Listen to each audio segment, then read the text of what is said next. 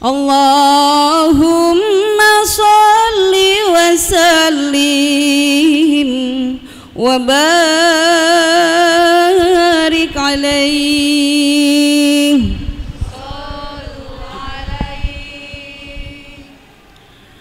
Nawwarti ayyami raga'ati ahlami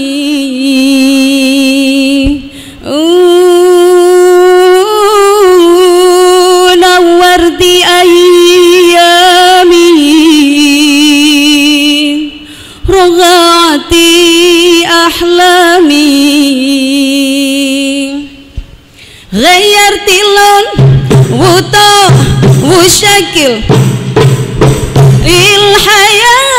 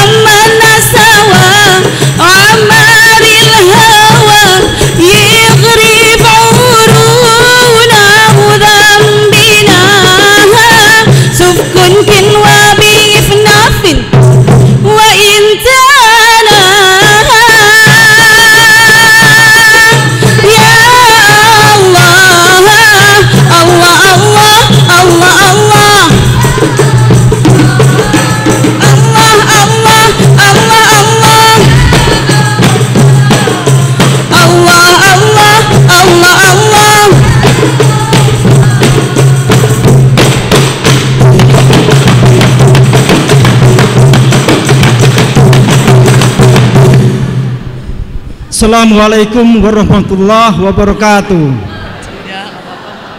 Alhamdulillahirabbil alamin. Allahumma sholli ala sayyidina Muhammad wa ala ali sayyidina Muhammad. Selamat datang di Masjid Baitul Hikmah Duta Bintaro bagi yang hadir di masjid, dan selamat bergabung di channel YouTube MBH Duta Bintaro bagi pemirsa YouTube. Tak henti-hentinya kita memuji kebesaran dan keagungan Allah yang telah mempertemukan kita dalam majelis ilmu, dan kali ini dalam majelis ilmu kajian rutin Masjid Baitul Hikmah Duta Bintaro Tangerang.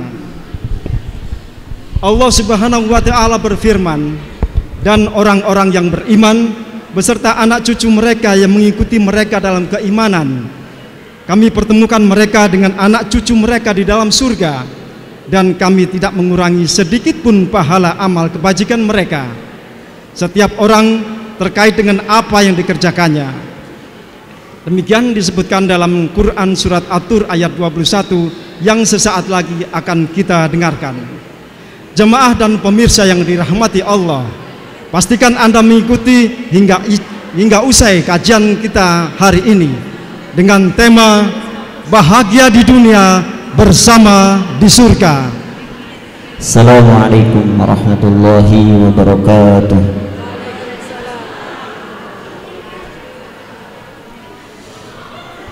A'udzu billahi minasy syaithanir rajim.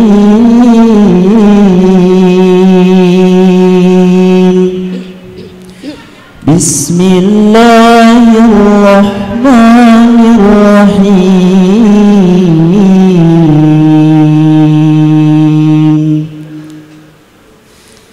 Innal muttaqina fi jannatin wa na'im fakina bima atahum rabbuhum wa waqahum rabbuhum adzabal jahim.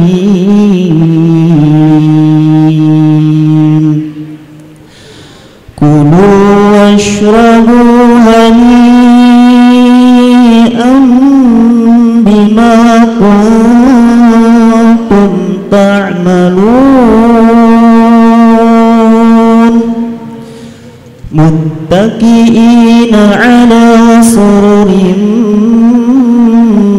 masfufah wa zawwajnahum bihurin 'ain. Walladzina amanu wattaba'athum dhurriyyatuhum biimanin ألحقنا بهم ذريتهم وما ألتناهم من عملهم من شيء كل امرئ بما كسب رهين. وأمددناهم بفاكهة ولحم مما يشتهون يتنازعون فيها كأسا لا لغو فيها ولا تأثيم.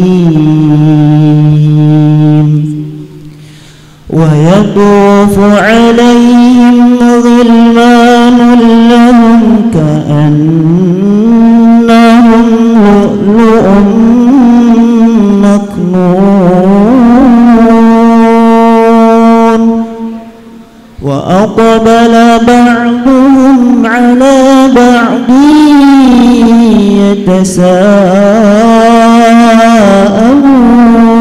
يتساءلون قالوا إنا كنا قبل في أهلنا مشفقين فمن الله علينا ووقانا عذاب السموم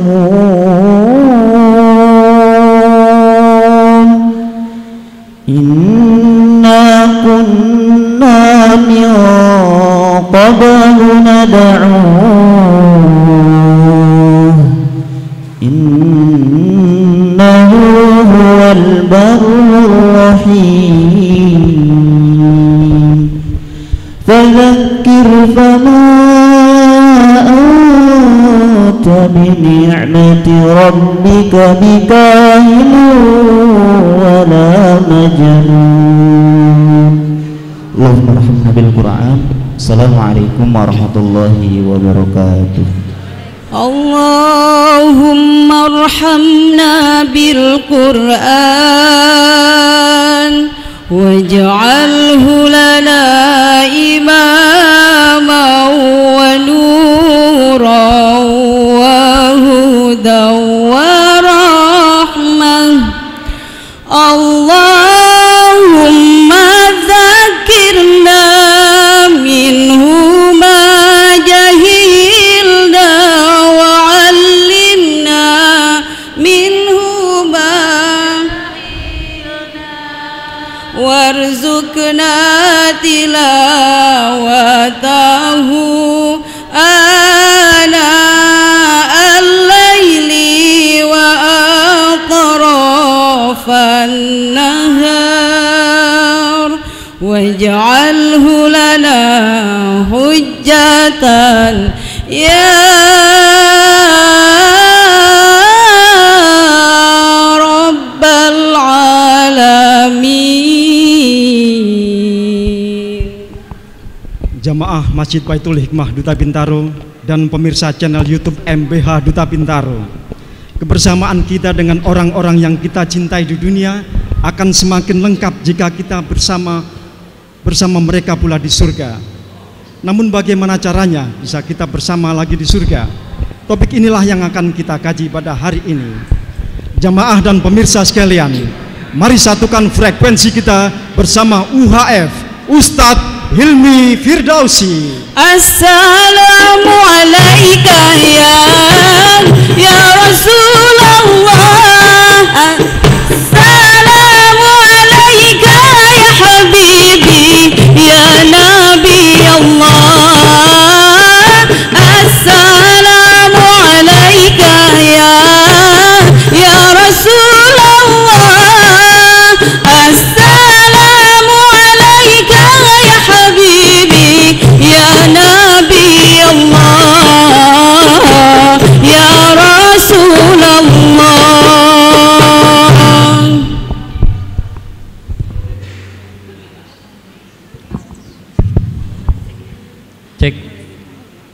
Cek gula darah, kolesterol aman ya. Bismillahirrahmanirrahim. Assalamualaikum warahmatullahi wabarakatuh.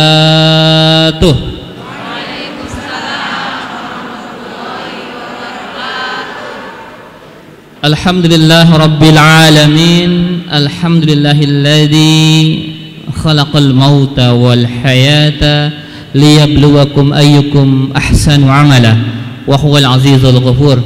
Asyhadu an la ilaha illallah wa asyhadu anna sayyidana Muhammadan abduhu wa rasuluh la nabiyya wa la rasula ba'dah. Allahumma fassalli wa sallim wa barik ala hadan nabiyyil karim sayyidina wa habibina wa syafi'ina wa maulana Muhammadin wa ala alihi wa ashabi ajma'in. Rabbi israh li sadri wa yassir li amri wa hlul 'uqdatam min lisani yafqahu qawli. Amma ba'd. Yang saya hormati segenap pengurus Masjid Baitul Hikmah, ibu-ibu dari Majelis Taklim seluruh Duta Bintaro, ya betul ya? Ini Duta Bintaro tapi bukan di Bintaro. Bukan ya. Kenapa sejarahnya? Mungkin nanti saya harus kasih tahu itu ya. Sama ya, kemarin saya juga ke Bintaro, ada namanya Kebayoran, gitu kan ya. Ternyata bukan Kebayoran Pak, tapi Bintaro ya. Baik, alhamdulillah rabbil alamin, masya Allah. Sepertinya saya yang kedua kali di sini ya. Ada yang pertama dulu ikut kajian saya nggak di sini dulu siang-siang kalau nggak salah ya. Dan saya kembali lagi ke masjid. Ini masjid namanya persis sama dengan masjid yayasan yang saya miliki. Masya Allah. Saya punya yayasan pendidikan Islam Baitul Hikmah. Ya, ada sekolah, pondok dan sebagainya. Dan sama dengan nama di sini ya, Baitul Hikmah, rumah yang penuh dengan hikmah, rumah yang penuh dengan kebajikan, kebaikan, rumah yang penuh dengan cinta dan persaudaraan. Enak kan ya? Ini saya lihat kan warna-warni di sini ya. Ibu-ibu ya, ada yang pakai baju hitam, pink ya, hitam pink, black pink jadi kan ya, gitu ya. Kalau bawa-bawa mah seragamnya sama semua ya, koko standar ya ibu-ibu mah bawa-bawa mah. Ini saya senang kalau ibu-ibu tuh kalau ngaji tuh niat ya, pakai seragam kayak banser gitu ya. Temanya apa kita? Bahagia di dunia bersama di surga. Masya Allah. Coba ini saya mau absen dulu. Siapa yang mau ke surga? Unjuk tangannya. Wah, alhamdulillah. Pengen ke surga semua ya? Baik, saya ulangi pertanyaannya. Siapa yang pengen ke surga sekarang juga?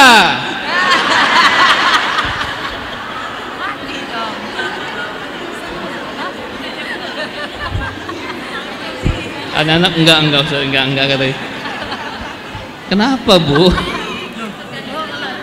Surganya mau tapi nggak mau sekarang, gimana ceritanya? Nih, Anda ini sebelum masuk tema ya. Kan kalau ke surga berarti kita harus meninggal dulu gitu ya. Nih Anda kira-kira Israel bisa nggak di sekitar kita hari ini? Mungkin nggak? Mungkin kan? Sudah ngeliatin, ngincer nih yang jilbabnya pink, apa yang jilbabnya biru, apa yang kopiahnya hitam. Ini sedang diawasin sama Israel kita. Misalkan lagi ngaji, bisa nggak Israel mencabut nyawa kita? Tuh, bisa kan? Bisa. Artinya dicabut nyawa, meninggal dunia, insya Allah syahid, Bu. Orang ngaji itu sedang menuntut ilmu, kata Rasulullah SAW.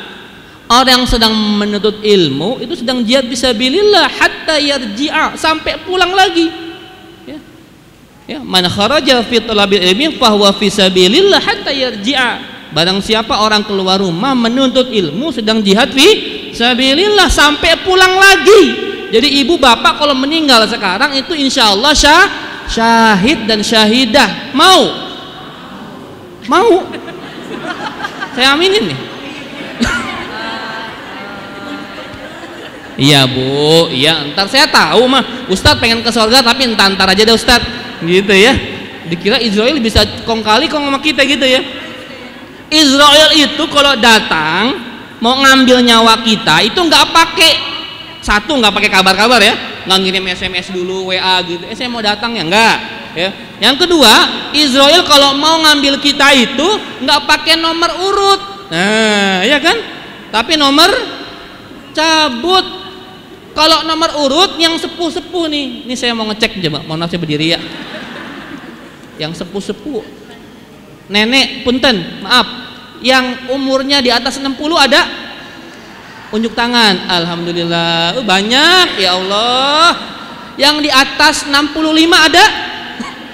Ada. Di atas 70 ada? Enggak ada. Mentok berapa umurnya? Ibu ada ibu? Berapa umurnya Bu? 71. Ibu berapa ibu? 7 berapa? 78. Oh 68 dikit lagi. Bapak yang paling tua umur berapa? 60 berapa? Oh semangat ngajinya kalah mama-mama. 71 masih ngaji, coba Allahu Akbar. Ibu saya doakan panjang umur, diberikan kesehatan, nanti husnul khotimah, amin. Masya Allah 71, bonusnya berarti 8 tahun Bu ya. Umur umatnya Muhammad itu 60 sampai 70. Umur baginda Rasul berapa? 63 jatah kita. Bapak ibu kalau ada yang umurnya 62 tahun 11 bulan 29 hari, besok kelar ya. Umur kita itu begitu, jatahnya nggak panjang. Nah Israel ini kalau mau nyambut nyawa kita nggak pakai nomor urut ya. Jadi nggak harus yang tua dulu, bisa yang muda dulu, bisa yang tua dulu, bisa anak-anak dulu, bisa yang ngaji, bisa ceramah, semua sama statusnya dalam Israel. Kalau udah waktunya, fa idza jaa ajaluhum la yastakhiruna sa'atan wa la yastaqdimun, kata Allah demikian. Maka apabila telah tiba ajalnya, telah tiba saatnya, tidak dapat dimajukan ataupun dimundurkan walau sesaat. Siap untuk mati? Siap untuk mati? Siap. Alhamdulillah. Ibu kalau mati nggak apa-apa ibu, bapaknya kawin lagi. Bapak, Bu, bapak. Orang yang paling cerdas itu siapa? Orang yang paling banyak mengingat kematian. Kematian. Kata Rasul, aksiru zikro hazimil lazzah. Perbanyaklah kalian mengingat pemutus kelezatan dunia. yaknil maut, yaitu kematian.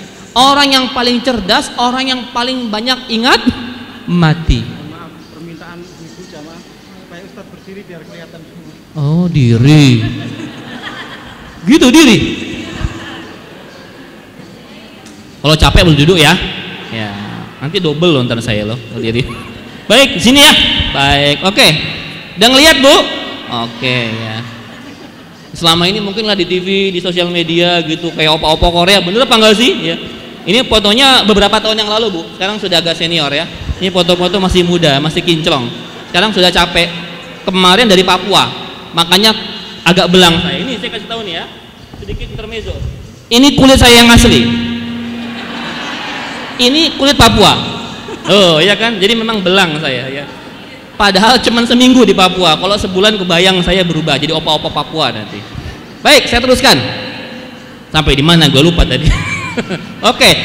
Israel kalau mau nyabut nyawa kita itu akan langsung mencabut tanpa kabar-kabar dulu. Permasalahannya bukan kapan kita mati, Bu. Permasalahannya adalah sudah cukupkah bekal kita menghadapi kematian. Saya mau tanya Bapak Ibu sekalian, cukup nggak bekalnya buat mati? Sudah cukup belum? Nah, itu jadi masalah. Hari ini kita kerja pagi, bangun mikir dunia, kerja capek sampai pulang malam untuk memikirkan bagaimana supaya hidup enak, tapi kita jarang bagaimana memikirkan supaya mati kita enak. Ibu tahu mati enak kayak gimana? Ada yang udah pernah mati di sini? Mati enak itu kita mati dengan keadaan tersenyum, kita mati dengan keadaan bahagia. Orang lain biarkan menangis, kita senyum, kita bahagia. Kenapa kita senyum? Orang yang mati tersenyum itu Bu, bahagia, dia melihat amal-amal soleh dia dipampangkan oleh Allah Subhanahu wa Ta'ala, diperlihatkan ini amal-amalmu sebagian selama di dunia. Dia melihat dengan tatapan bahagia. Artinya nanti dikubur sampai di akhirat dia akan bahagia. Ibu pernah melihat orang meninggal tersenyum? Ibu pernah melihat orang meninggal seperti orang kaget, orang kesakitan? Itu sebagian ciri-ciri kita bisa menyebutnya dia su'ul atau husnul khotimah. Kemarin sebelum kita lanjutkan Bu, sahabat saya, guru saya, teman saya, Kak Rashid ya, beliau baru meninggalkan kita. Seorang yang sangat lembut, bager, pisan ramah orangnya ya. Meninggalkan mukanya tersenyum. Sebagian dari tanda husnul khotimah, berkeringat. Sebelumnya sahabat saya juga, ibu tahu mungkin Ko Stephen Indra, kenal ya di sosial media. Ko Stephen Indra Wibowo itu sahabat juga dengan saya. Beliau masya Allah kebaikannya terhadap saya pribadi itu nggak terhitung lagi lah. Setiap saya roadshow kemana-mana tanya, Ustadz Hilmi sedang di mana? Saya sedang di Poso. Ustadz, kami siapkan tim untuk mengawal Ustadz di Poso. Ustadz sedang di mana? Di sini kami siapkan tim. Itu kerjaan dia memang. Dia menyebutnya pengawal para ulama, itu kata dia. Pemulung amal dan pengawal ulama, itu kata dia. Tapi dia bukan pemulung amal sejatinya. Dia adalah konglomerat amal soleh. Yang amalnya saya sebutkan sedikit dari amal dia. Ibu, di Masjidil Haram, ya, itu hampir tidak pernah ditemukan orang yang masuk Islam, Bu. Karena semua sudah Islam. Nah, Ko Stephen ini pernah memasukkan Islam, sekelompok pekerja yang sedang merenovasi Masjidil Haram, itu dimasukkan Islam oleh Ko Stephen. Sampai-sampai Syekh Sudais ngomong sama Ko Stephen, siapa nama antum? Stephen. Syekh, antum kenal saya? Iya. Siapa yang gak kenal Syekh Sudais gitu kan. Sepanjang hidup saya di Mekah, saya ini lahir di Mekah, hidup di Mekah, Imam Masjidil Haram sekarang. Saya nggak pernah melihat orang mu'allaf di Masjidil Haram. Baru antum yang bisa mengislamkan mereka. Siapa nama antum? Stephen. Kenapa nggak diganti namanya Islami? Tidak. Ini nama pemberian orang tua saya, Stephen. Stephen itu bagian dari 11 Hawariyun, ya, teman-temannya Nabi Isa alaihissalam. Itu satu. Kalau ibu ngelihat Quran di Haram, di Nabawi, itu sebagian adalah wakaf yang juga diinisiasi oleh Ko Stephen. Ibu yang pernah umroh haji ngelihat ada kursi-kursi yang buat orang sholat, orang-orang tua yang nggak kuat berdiri, itu pun sebagian yang wakaf hasil inisiasi Ko Stephen juga.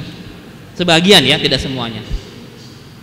Ketika pandemi kemarin Ibu, Ko Stephen menghabiskan 12 miliar hartanya menjual rumah kendaraan untuk apa? Untuk dibuatkan APD, hazmat, ya, dibagi-bagikan untuk nakes-nakes yang membutuhkan.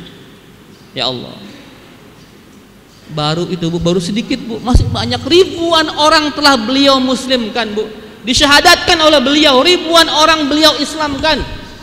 Ya. Beliau mempersiapkan kematiannya dengan sangat indah sampai di ujung hidupnya.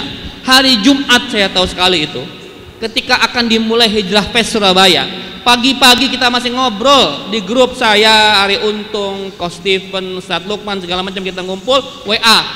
Ini gimana nih, pedagang-pedagang sudah pada ribut katanya, karena Hijrah Festnya kan di stop ya, ada aparat di situ. Sedangkan mereka apalagi yang jual makanan udah pada masak tuh, udah siap dijual kan. Sedih mereka, nggak ada yang beli. Coach Steven mengambil inisiatif, beliau mendatangi satu persatu itu tenan, biar ini semua saya yang borong. Buat apa? Dibagi-bagiin mumpung Jumat, namanya sedekah Jumat. Ya Allah, itu sampai siang menjelang Jumatan. Jumat, asar sudah mulai terasa sakit, tapi nggak mau dibawa ke rumah sakit. Maghrib pun sudah mulai agak parah. Dia bilang apa? Saya mau isya dulu. Isya berjamaah selesai, sakit tidak tertahankan, dibawa ke rumah sakit. Belum sampai rumah sakit beliau meninggal dunia. Di ujung hidupnya Coach Steven Indra Wibowo itu menyiapkan kematian dengan sangat indah, menyelesaikan 5 waktu sholatnya, sedekah Jumat dengan sangat luar biasa. Beliau kayak tahu itu ujung hidupnya Bu. Saya bergetar merinding Bu, saya ngiri sama beliau. Beliau seperti mendesain kematian dengan sangat indah.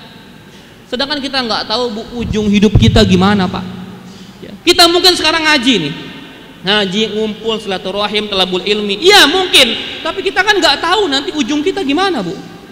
Makanya saya minta begini Bu, kalau ngaji sama saya sederhana Bu, Ibu keluar dari masjid ini jadi pribadi yang lebih baik, yang bersahabat, yang ramah, yang berakhlakul karimah, itu aja Bu.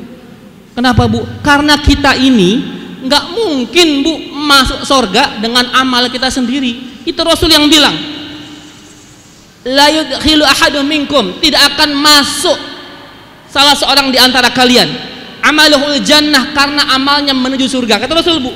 Wala ana, begitupun saya, kata Rasul. Tidak mungkin masuk surga kita dengan amal kita, begitupun saya, kata Rasul. Wala ana illa birahmati minallah, kecuali dengan rahmatnya Allah. Seseorang tidak akan bisa masuk surga selevel Rasulullah sekalipun hanya dengan mengandalkan amal kita.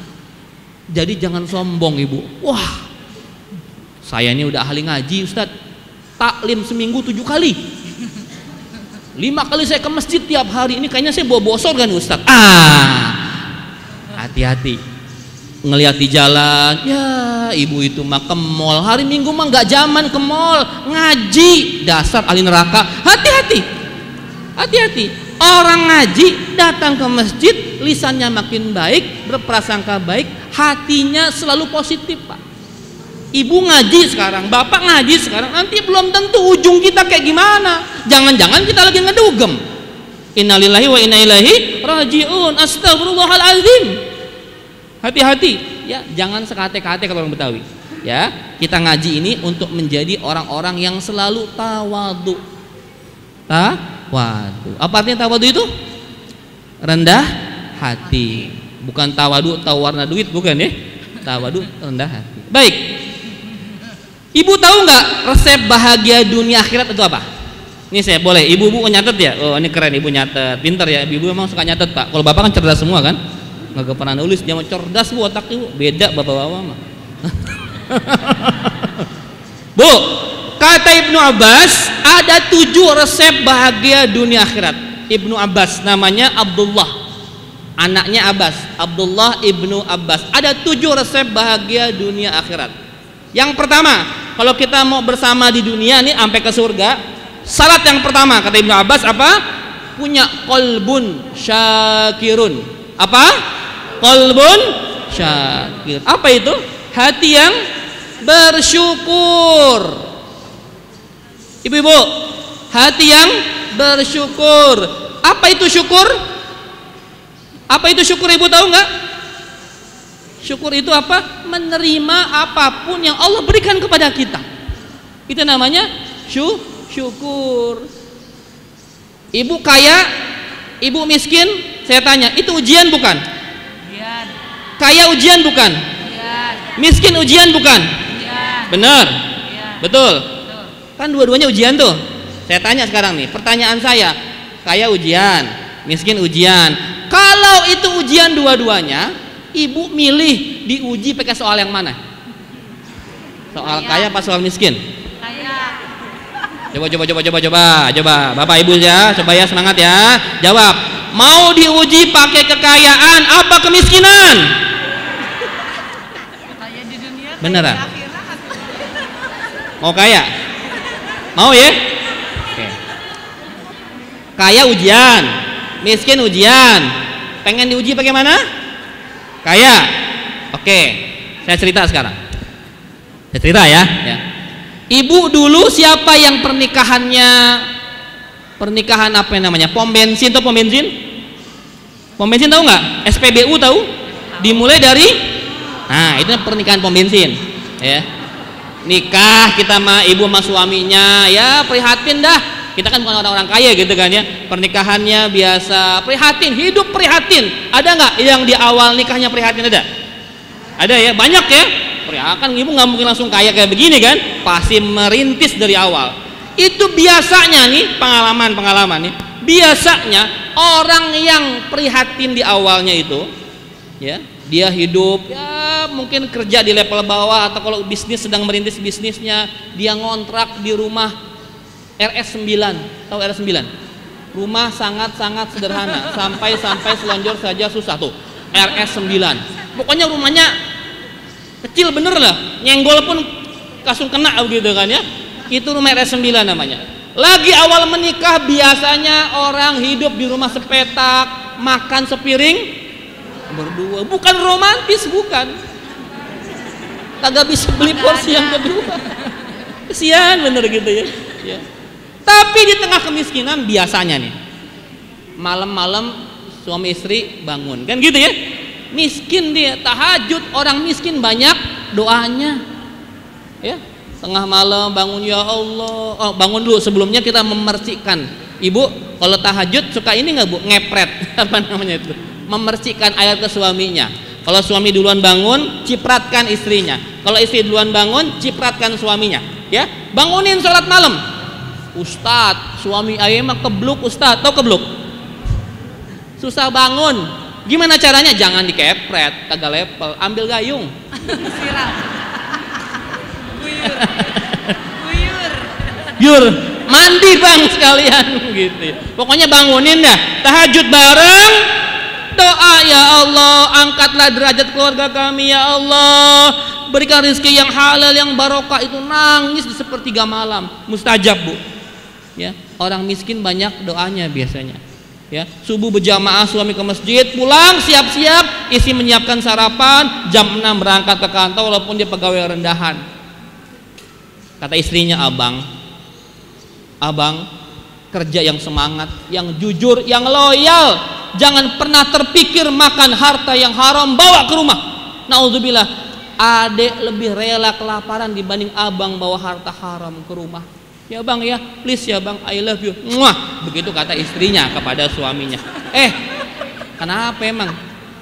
Suami istri boleh aja walaupun Ustadz kan dia miskin. Emang romantis monopoli orang kaya? Enggak, orang miskin juga boleh romantis, gak apa-apa. Begitu ya. Sang suami dimotivasi begitu sama istrinya, semangat. Walaupun gue pegawai rendahan, istri sudah kasih motivasi kayak begitu, semangat dia. Kerja dia makin giat, makin tekun. Dilihat dong sama bosnya, wah ini orang bagus nih. Siang-siang waktu duha, istri sholat duha bu. Ibu penting ya, bagi seorang istri sholat duha itu penting sekali bu, untuk mendoakan suami itu masya Allah mustajab. Duha jangan lepas bu, didoakan, ya Allah angkat derajat suamiku, ya Allah berikan kepada rezeki yang halal yang barokah. Allah kabulkan bu doanya. Sang suami pelan-pelan naik jabatan, makin tinggi sampai ke level direktur. Masya Allah. Yang tadinya suaminya sering pulang ke rumah karena pegawai rendahan, sekarang jarang pulang ke rumah bu, ya sibuk direktur ya. Direktur sibuk kerjanya kan lobi sana, lobi sini, keluar kota, keluar negeri, tapi nggak ngajak bininya. Yang diajak siapa biasanya? Tuh, tahu kan? Ya Pak ya? Kalau keluar kota mana pernah ngajak bini kita? Ngajak sekretaris. Dulu ketika miskin sang istri paling cantik di dunia. Ya iya. Mau belanja apa mau ngelihat yang lain pun kagak punya duit dia. Sekarang udah jadi direktur, nggak lagi. Yang paling cantik adalah sekretarisnya, tiap hari ketemu. Kenapa Bu? Geli amat ketawanya. Nah, begitupun sang istri. Dulu nggak punya duit, gaji kecil suami. Ya, sekarang duitnya cukup banyak nih Neng, 100 juta seminggu habis gitu katanya. Mau gitu Bu? Mau doang. Mau mah nggak apa-apa, halal aja mau nggak apa-apa. Ya. Duitnya cukup, dikasih mobil, dikasih supir pribadi segala macam. Akhirnya kerjaannya apa? Kagak ada kerjaan, duit banyak. Ikutlah arisan sama emak-emak yang kaya raya itu, namanya arisan sosialita. Masya Allah. Boleh itu nggak apa-apa. Saya punya jamaah di Menteng Bu, emak-emak sosialita. Saya bilang, ibu silahkan, takdir Allah membuat ibu kaya raya, monggo. Sosialita silahkan, yang nggak boleh itu sosialita. Tahu ya? Sosialita. Sok sombong yang nggak boleh. Kalau kaya emang nggak sombong nggak apa-apa. Ikut dia arisan gitu kan. Arisannya apa itu? Tas, pinter ya Bu. Hermes, LV, Louis Vuitton gitu ya. Tapi asli nggak di Mangga Dua nggak belinya. Nggak KW. Di Mangga Dua juga banyak Bu. Saya pernah kaget deh mau ngecek tas cewek Bu, lagi main ke GI ke Indonesia itu. Tokonya gede, barangnya dikit bener. Saya bilang, ini orang balik modalnya gimana gitu kan. Saya tanya, ini iseng-iseng nanya, sok kaya kita, sok kaya gitu kan. Sok kaya. Sok kaya. Berapa ini Mas gitu kan. 900 Pak. Oh, saya kira 900.000. Tapi oh enggak 1.000, bagus juga nih 900.000. 900.000 Mas, 900 juta Pak. Hah? Mending gua bangun masjid dalam hati. Ya begitu, tapi mungkin orang-orang kaya mah beda urusannya begitu ya, gitu ya. Jadi arisan tas ya. Karena suami jarang pulang, dulu suami paling ganteng di dunia, sekarang supirnya lebih ganteng. Ya. Yang tadi sekretaris, yang ini supir, udah kayak Sambo. Bu, tersambo-sambo. Saya ngomong kayak begini karena saya tahu Bu, saya punya jamaah Bu, jamaah di Pondok Indah, di Menteng itu kalau curhatnya kayak begitu Bu. Wah, saya pernah ngaji Bu, itu rumahnya ini pilar masjid kalah gede Pak, serius Pak. Rumahnya pilarnya gede-gede bener, kayak yang datang tuh udah kayak showroom mobil. Ujung-ujungnya nangis, Ustadz, mana cakep lagi Bu gitu, Ustadz gitu ya. Kenapa Bu? Suami saya selingkuh Ustadz. Rata-rata curhatnya kalau nggak suami selingkuh, anaknya narkoba. Itu orang kaya, duitnya udah nggak berseri. Itu Bu, ibu, itu orang kaya. Dia gagal diuji dengan kekayaan. Tadi miskin kan sukses tuh, sakinah mawadah warohmah, malam tahajud, sholat duha, romantis. Lagi miskin, pas kaya semua berantakan. Dia gagal diuji dengan kekayaan. Setelah mendengar cerita saya ini, saya ulangi pertanyaan saya. Ibu, bapak, mau diuji sama yang mana nih? Kekayaan apa kemiskinan? Tetap. Yang penting cukup. Capek deh, dah dulu ah. Saya kira mau berubah begitu, mau miskin aja gitu. Pak, tolong bukain dong Pak, maaf Pak. Haus saya Pak. Mana nih, kaya apa miskin? Kaya. Tetap kaya. Ya udah dah. Ya udah kaya. Saya doakan ya Allah, semoga yang hadir pagi hari ini Allah jadikan orang-orang kaya. Amin. Yang kekayaannya digunakan untuk berjuang di jalan Allah. Amin. Itu boleh. Orang kaya harta untuk berjihad, dia sedekah, dia bangun masjid, dia bangun pesantren, rumah tahfidz, pondok yatim, boleh kayak begitu, boleh, nggak apa-apa, malah bagus. Harta di tangan orang soleh itu bermanfaat, ya makanya boleh jadi orang kaya tapi rajin sedekah. Nih Pak DKM, kalau ada orang kaya deketin, sedekah, dikasih banyak, alhamdulillah kita doakan ya Allah Pak, semoga makin kaya Pak, amin. Kalau ada orang kaya, ada acara maulid, ngasih ceban Pak, doain Pak bangkrut dia. Kesel saya kadang-kadang Pak ya, ada orang kaya mobil 5 datang ngasih proposal, kagak dikasih apa-apa kita gitu ya. Panitia masjid bukan saya gitu ya. Jadi saya doakan ya semoga di sini semua kekayaannya melimpah, penuh keberkahan, suaminya setia, anaknya soleh-solehah, nanti masuk surga semua, amin. Enak ya doa saya, masya Allah. Dah, alhamdulillah. Jadi qalbun syakirun Bu. Orang Islam itu Bu dikuji kaya, miskin, sama aja gitu ya. Bahkan Rasul tahu, Rasul doanya kan minta apa Bu? Minta miskin. Ya Allah, jadikan aku orang miskin ya Allah. Matikan aku bersama orang miskin ya Allah. Bangkitkan aku nanti bersama orang miskin. Itu doa Rasul Bu. Karena tahu orang kaya hisapnya panjang. Ya Bu, Ibu udah siap dihisap panjang? Siap Ustadz, yang penting gua kaya. Ya udah. Kalau mau kaya mah nggak apa-apa dah. Seneng banget orang kaya Bu. Tips dari saya Bu, orang kalau pengen kaya biasanya nggak kaya-kaya, biasa aja Bu, santai aja Bu. Oh udah saya mah mengalir aja Ustadz. Nah, itu gitu biasanya kaya. Orang kaya Bu, Ibu kalau ke sosmed ngelihat perbedaan orang kaya sama orang kaya bohongan itu ketahuan Bu.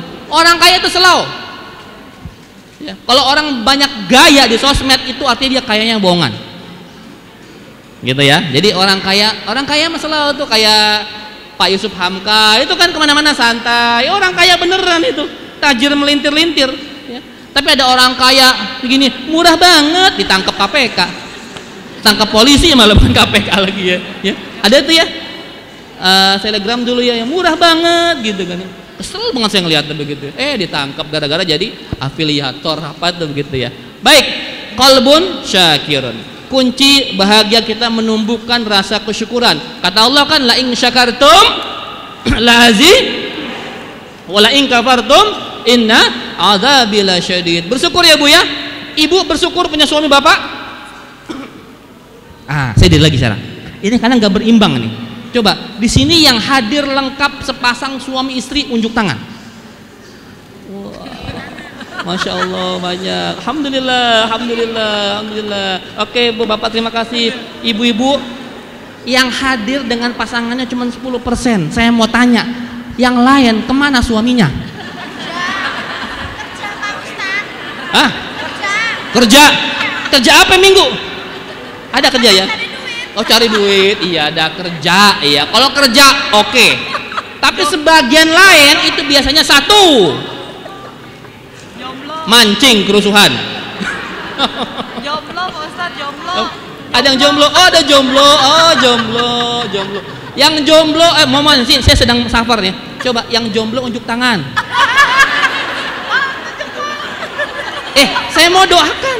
Mau didoain tuh. Mau didoain mau.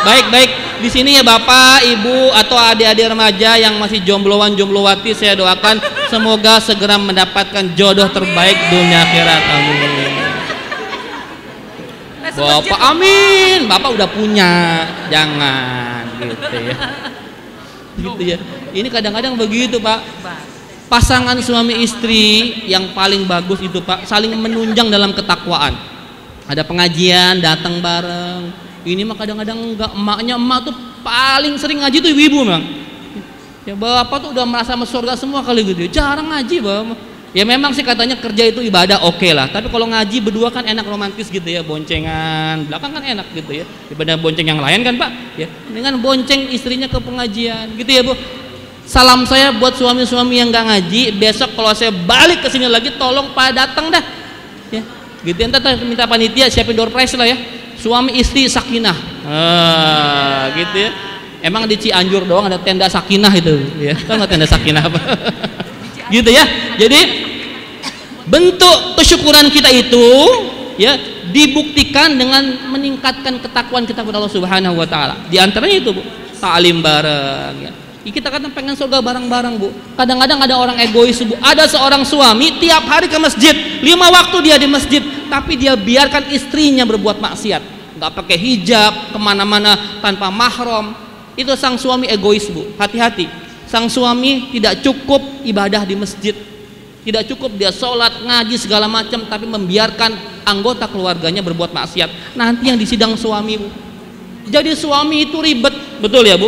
Nih, kabar gembira buat mak-mak. Ibu-ibu, kata Rasulullah, surganya lebih gampang dibanding laki-laki. Kalau saya, bapak yang hadir ini, laki-laki menanggung istri kita, anak kita. Tapi ibu-ibu nanti di sidangnya hanya ibu saja. Suami ibu berbuat dosa, nggak ada urusan dengan ibu. Ya. Semua di sidang hanya berhubungan dengan masalah pribadi ibu. Beda sama suami. Ya. Sampai kata Rasul, perempuan nih, perempuan. Idza sholatil mar'atul khamsah. Kalau ada seorang istri, salat 5 waktu. Wa shamat syahroha, puasa di bulannya. Artinya apa? Puasa Ramadan. Wa ata'at ba'laha, taat sama suaminya. Wa hasanat farjaha, menjaga kehormatannya, kemaluannya. Tuh, 4, salat, puasa, taat suami, jaga kehormatan. Apa kata Rasul? Dakhalat min ayyi abwabil jannati sa'at. Maka masuklah ke surga dari pintu manapun yang kalian kehendaki, wahai para wanita. Allahu Akbar. Perempuan surganya gampang. Setuju ya? Perempuan tinggal sholat, puasa, taat suami, sama menjaga kehormatan. Masuk surga bebas. Pintu sholat, pintu sedekah, pintu haji umroh, silahkan masuk. Itu perempuan. Kalau cowok ribet, laki-laki itu ribet. Perempuan surganya gampang. Itu kabar baiknya buat kaum perempuan. Kabar buruknya mau tahu?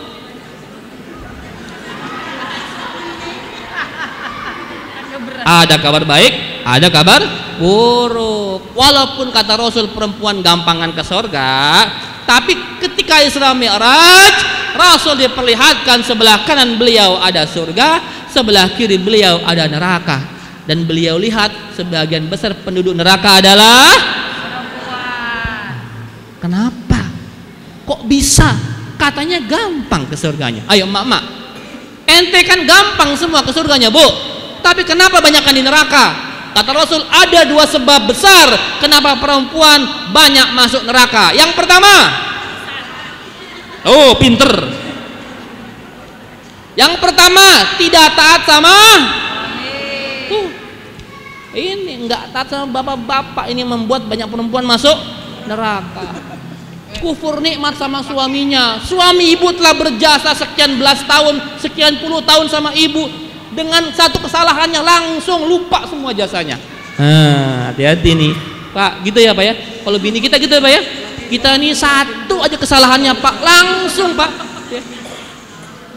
Ibu, suami ibu pernah berbuat salah 11 tahun yang lalu, 11 tahun 6 bulan 20 hari yang lalu. Ibu ingat? Bapak tahu nggak? Papa tahu nggak? Dulu papa kan pernah begini. Hari ini, tanggal ini, bulan ini. Kita kan cowok melongo. Emang pernah ya? Bapak, istri kita adalah ahli sejarah. Makanya jangan coba-coba buat salah sama bini kita, karena mereka ingat kita udah lupa. Nah, gitu ya. Ibu-ibu, tolong. Suami ibu ini telah berjasa. Ya, dia membanting tulang, meras keringat untuk ibu, bapak, untuk ibu, anak semua kok di rumah. Ya. Jadi kalau ada kesalahan dikit-dikit mah namanya juga manusia, Bu. Wajar ya. Jadi tolong jangan kufur nikmat sama suami, taat sama suami. Kenapa? Karena kunci ibu ke surga itu ada di suami. Demi Allah, dalam agama kita, seorang wanita jika telah menikah maka kunci surganya bukan orang tuanya lagi ya, tapi suaminya. Kalau saya bapak itu kunci surga orang tua ibu kita. Ibu-ibu setelah menikah kunci surganya pindah ke tangan suami. Maka cari ridho suami. Sampai kata Rasul, Bu, hadis sahih, Bu, ayyumma imra'atin matat wa zawjuha anha radin dakhalatil jannah, kata Rasul. Siapa istri yang meninggal dunia dan suaminya ridha, maka masuk surga. Coba saya tanya nih, ibu-ibu kalau meninggal dunia suaminya ridha enggak? Nah, gantian. Pak, kalau bini antum meninggal dunia, Pak, ridho nggak Pak? Kenapa ketawa begitu? Jawabannya takut-takut ini. Jawab aja. bapak kalau meninggal istrinya ridho nggak? Ridho Ustaz. Kalau pakai masker enak, ridho Ustaz, ridho Ustaz, ridho. Saya kira bukan ridho lagi tapi yes gitu begitu. Bukan ridho yang begitu. Ibu dulu pernah bilang si bapak pokoknya hanya boleh nikah lagi kalau mama udah meninggal dunia. Begitu. Makanya pas ibu meninggal, alhamdulillah. Berakhir juga penderitaanku begitu. Enggak ya. Bukan ridho kayak begitu, bukan. Ibu meninggal, ya Allah, aku ridho sama istriku ini, ya Allah telah berbakti kepadaku, mengurus keluarga anak-anakku, menjaga hartaku. Aku ridho kepadanya, ya Allah, masukkan dia ke surgamu, ya Allah. Sang suami terucap kata-kata itu, maka ibu seorang istri akan masuk surga, Bu. Maka cari ridho suami. Jadi yang belum menikah semoga segera dapat suami ya. Amin ya rabbal alamin. Supaya ada kunci surganya. Nah, bagaimana caranya supaya kunci surganya ibu yang pegang nanti? Layanin bapak dengan baik, Bu. Karena banyak kejadian ya, pelakor lah ya, segala macam KDRT lah. Itu karena ya nggak cuma salah laki-lakinya aja, perempuan juga ada andil salah di situ. Gitu ya, Bu ya. Jadi layani bapak semaksimal mungkin. 24 jam, 24 hours full hospitality. Wow.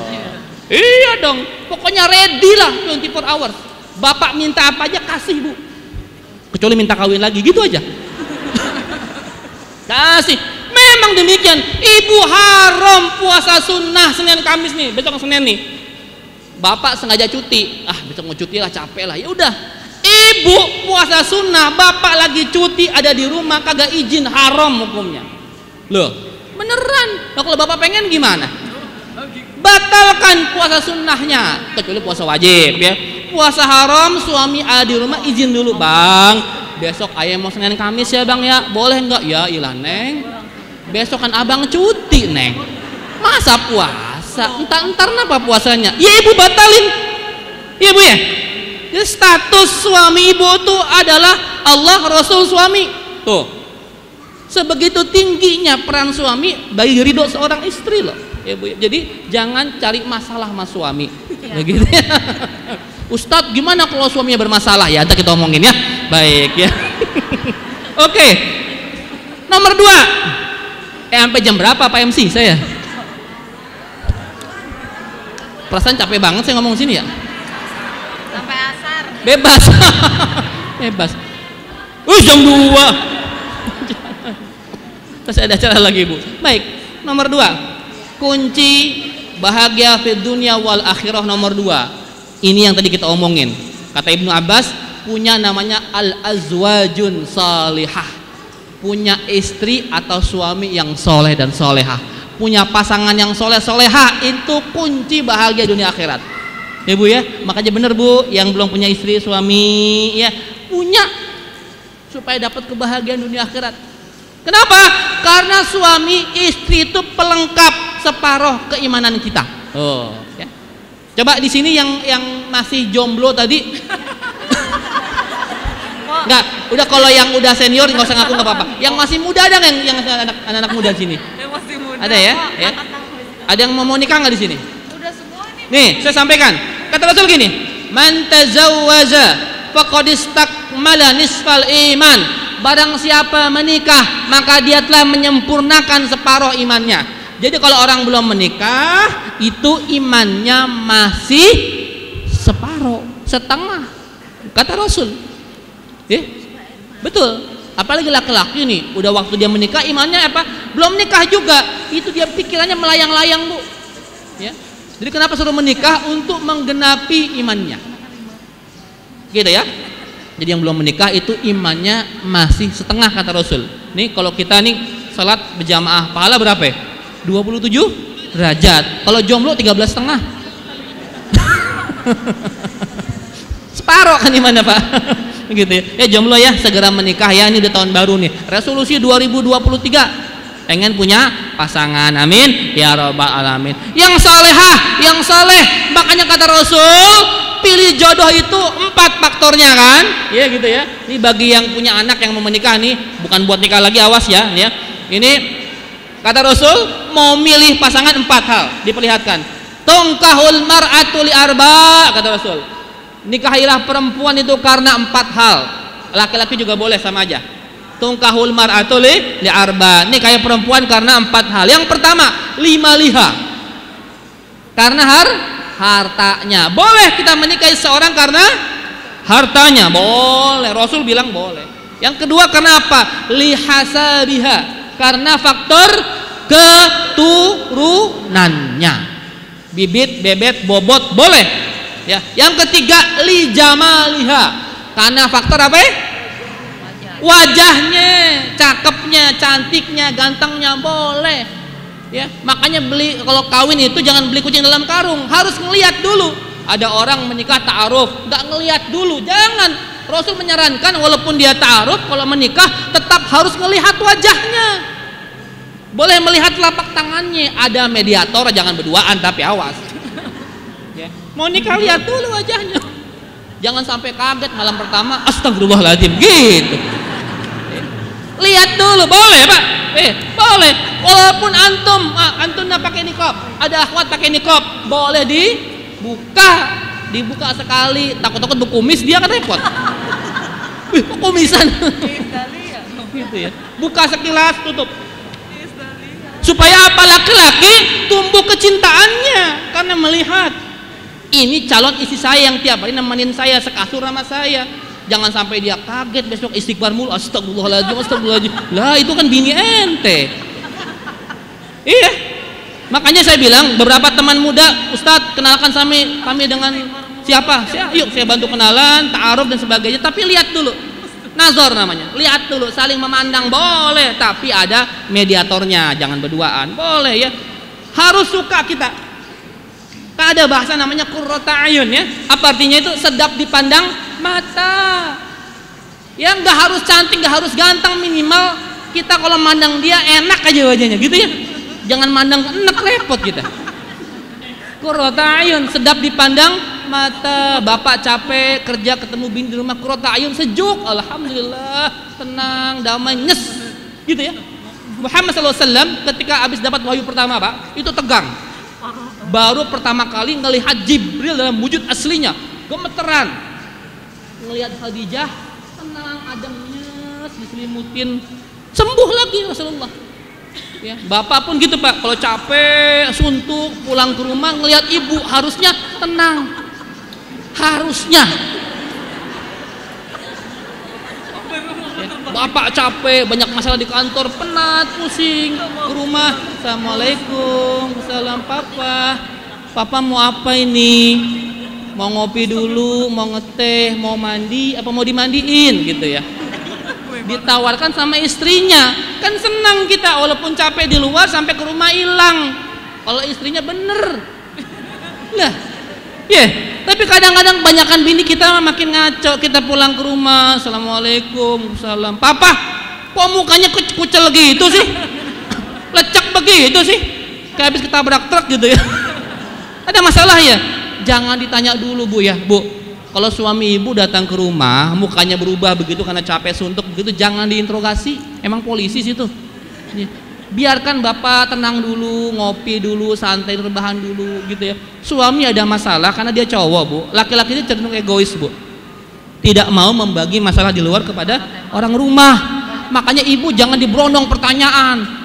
Abang kok gimana sih Bang? Begitu aja Bang mukanya. Jangan Bu, makin suntuk dia kabur lagi dia. Gitu ya, makanya dibuat tenang ya. Laki-laki itu Bu cenderung udah jangan diajak banyak ngomong dulu, santai, PJT, entar juga keluar sendiri gitu ya. Ada seni komunikasi yang beda antara laki dan perempuan. Kalau perempuan beda, hobinya kan karena memang hobi ngomong kan, nyerocos panjang. Tugas per laki-laki itu mendengarkan, karena perempuan hanya butuh didengarkan, kasih bahu Pak. Dia ngomong panjang, udah Neng, udah nih sini, abang siapkan pundak sama elap tisu, begitu aja. Kalau laki-laki memang beda, jadi sering kadang-kadang karena pola komunikasi yang berbeda suka nggak nyambung ya. Akhirnya banyak kecekcokan kan. Karena saya juga banyak tuh kadang-kadang saya tanya sama teman saya, ada seorang orang KUA gitu ya, Ustaz, paling banyak yang menyebabkan perceraian di Indonesia itu apa sih? Saya tanya begitu iseng-iseng ya. Katanya sih udah nggak sama visi misi Ustaz. Dia bilang gitu. Saya bilang, kayak parpol, saya bilang. Betul Pak. Banyak alasan orang bercerai itu katanya udah nggak sevisi lagi, semisi lagi. Emang ente parpol, saya bilang. Bu, visi misi itu dicetuskan ketika belum menikah. Ya. Kalau menurut saya, sebagian besar kasus perceraian itu karena dua-dua pasangan tidak ada yang mau mengendorkan egonya. Oh. Kagak ada yang mau kalah, betul nggak? Egois semuanya. Akhirnya nggak ketemu. Mohon maaf, ya. Rumah tangga itu pasti ada masalah, betul? Ada nanya tuh warganet ya, Ustadz. Selama ini di Instagram, di Twitter, di mana romantis mulu, pernah berantem nggak? Ya pernah lah. Tapi kalau berantem nggak diposting, ngapain gua posting? Iya benar. Dikiranya kita di Instagram aku romantis, kagak, itu mah nama kayak sinetron. Ada mah berantem, cekcok, ngambek, ya wajar. Ya suami istri pasti kayak begitu. Tapi ketika berantem inilah perlu strategi nih buat cowok-cowok nih. Dikit sih cowok-cowoknya ya nih. Pak, kalau kita berantem Pak, sebaiknya siapa yang ngalah? Bapak. Ya. Kalau laki-laki itu sebaiknya porsinya untuk mengalah. Ustadz, saya kan nggak salah, ini bukan salah bener, bukan, saya bilang mengalah. Ya, karena perempuan selalu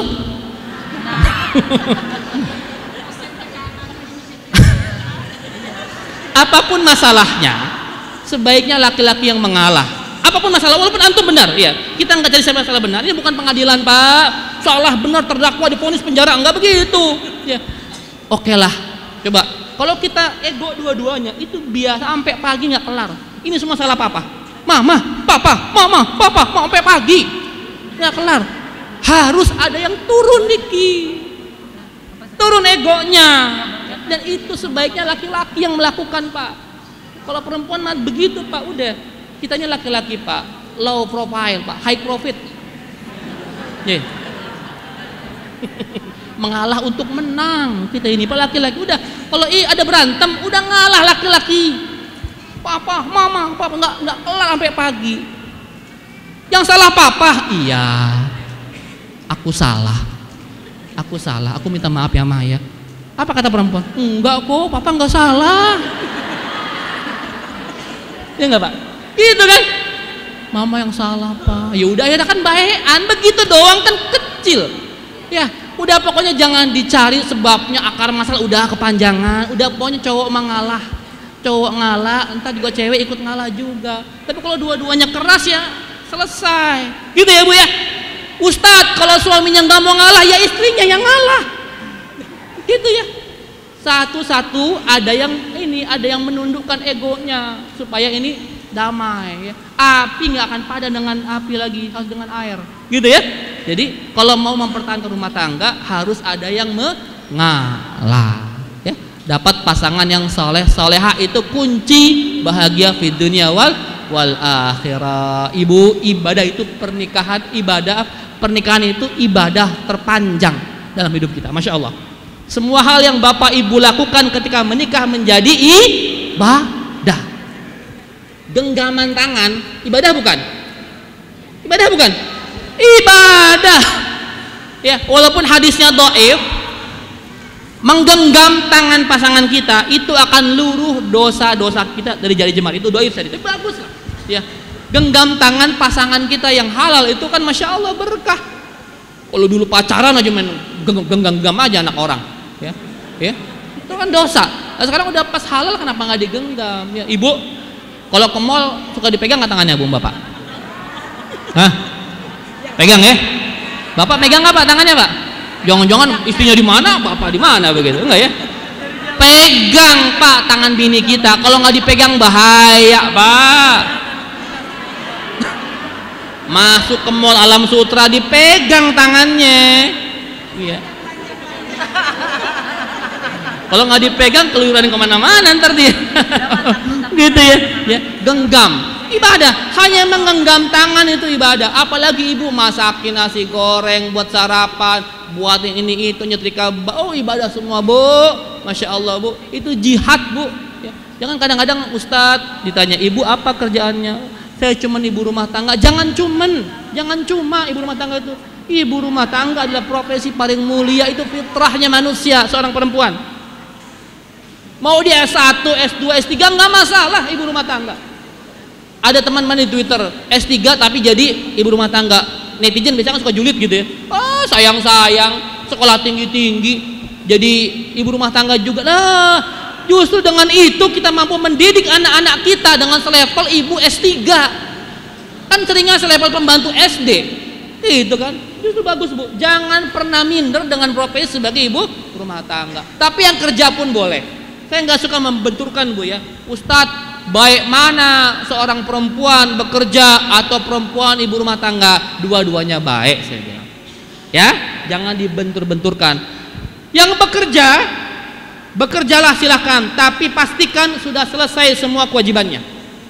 Suaminya aman, anak-anak aman, rumah aman, silakan bekerja. Nanti dapat duit, jadi apa? Itu sedekah. Ibu gaji, hasil bekerja sendiri, ngasih ke keluarga, ngasih ke suami, ngasih ke anak, jatuhnya sedekah, karena wajibnya di suami. Ibu infak apa semua pakai uang ibu sendiri, itu buat amal ibu. Tapi sebelum itu pastikan kondisi suami, anak, rumah aman. Kalau udah aman, silahkan bekerja. Namun kalau suaminya berantakan, anak berantakan, rumah berantakan, ibu meninggalkan rumah, dosa perempuan. Gitu ya? Silahkan bekerja, namun pastikan kondisi di rumah semua aman sentosa. Suami tidak terzolimi. Ustadz, bini ayah Ustadz kerja mulu, pulang ke rumah capek, gak bisa diapa-apain Ustadz. Nah, hati-hati, Bu, melayani suami itu hukumnya wajib. Secapek-capek ibu bekerja di luar, kalau suami sudah minta dikasih. Ya, karena kunci surganya seorang istri adalah ridho suami. Al-azwajun salihah. Yang ketiga, kata Abdullah bin Abbas, kunci bahagia fi dunia wal akhirah adalah al-auladun abrar. Punya anak-anak yang soleh. Masya Allah. Nih, senang saya nih ada anak-anak ikut ngaji di sini ya. Ibu, tadi Ibnu Abbas itu, Bu, kenapa beliau jadi ulama faqih? Ya, karena sejak kecil diajak bapaknya namanya Abbas untuk hadir di pengajiannya Rasulullah SAW. Dari kecil, Bu, sampai didoakan sama Rasul, ya Abdullah, Allahumma faqihu fid din, kata Rasul. Wa alimhu ta'wil, ya Allah faqihkan anak ini dalam agama dan berikan kemampuan kepadanya untuk mentakwil. Mentakwil itu menjelaskan sesuatu yang memang hanya tersirat, Bu. Jadi Rasulullah itu mendoakan Ibnu Abbas, Abdullah Ibnu Abbas, nanti umur 15 tahun ketika Rasul wafat, langsung si Abdullah Ibnu Abbas ini jadi mufti, rujukan para sahabat senior, Masya Allah. Dia Abu Bakar, Umar, Utsman, Ali, kalau tanya masalah agama, Bu, tanya ke anak umur 15 tahun namanya Abdullah Ibnu Abbas. Gara-gara kecilnya suka ikut ngaji sama Rasul, didoain sama Rasul. Jadi ibu kalau pengajian boleh bawa anak-anak, silahkan. Ustadz, doakan doa anak saya, begitu. Orang zaman dulu ketemu Ustadz minta doa, orang zaman now ketemu Ustadz minta selfie. Ya baik, itu bedanya gitu. Bismillah. Ustadz, doain dong Ustadz anak saya. Ya, Bismillah, Allah maafaqil fiddin walim, begitu. Ustadz, selfie dong Ustadz. Iya dah, kagak apa-apa sih, boleh aja selfie, nggak apa-apa. Saya, Bu, kalau di luar kota, Bu, ceramah setengah jam, Bu, foto-foto 1 jam. Emak-emaknya militan bener, Pak. Ya Allah, Pak, ini saya kemarin di Papua, Pak. Wah, ada sampai ada nyubitin saya, ada nyakar, ada ya Allah gitu. Apa saya aneh gitu kali ya, Pak ya, kan di antara warna kulit yang lain saya mungkin paling putih gitu kali ya. Ini kan orang aneh apa alien gitu kali ya. Jadi begitu emang nasib ustadz sekarang gitu, Bu. Jadi didoakan oleh para ustadz, oleh para alim ulama supaya apa? Supaya apalagi alim ulama yang Masya Allah, yang faqih gitu, yang soleh gitu, itu doakan, Bu, doakan kami, doakan anak-anak kami gitu, Bu, insya Allah makbul, Bu, gitu ya. Al-auladun abrar, anak yang soleh. Ibu-ibu sekarang ini zamannya ini nih, Bu, nih, ya kan, betul nggak? Anak kita semua punya HP, Bu ya. Ibu pernah nggak kesulitan menangani kecanduan HP sama anak-anak kita? Ya, apalagi kemarin pas 2 tahun kita daring, Ibu ya, zaman-zaman sekolah online, Bu ya, pasti anak kita sekarang akan benar-benar adiktif sama HP-nya. Nanti kapan-kapan, Bu ya, saya mau ngejelasin bagaimana menjadi orang tua zaman now yang nggak kalah sama anak. Ini kalau saya jelasin kepanjangan. Intinya apa, Bu? Anak-anak kita memang hari ini mau nggak mau punya HP Pak, karena memang sekolahnya tugas semua lewat HP ya. Tapi jangan sampai anak-anak kita tunduk sama gadgetnya.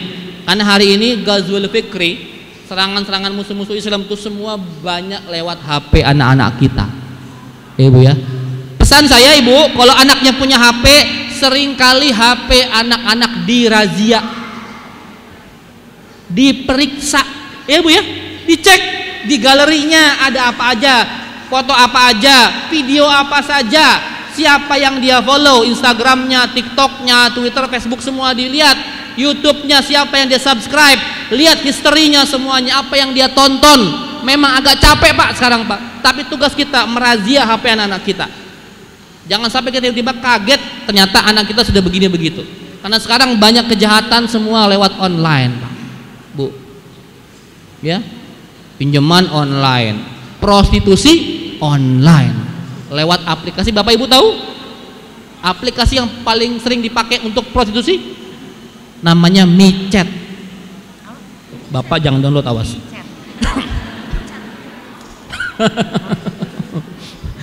Itu ada fitur namanya Nirbi. Kemarin saya di Palembang, di sebuah hotel ya, nginep di situ. Driver saya, asen saya keluar, Abi, tahu nggak?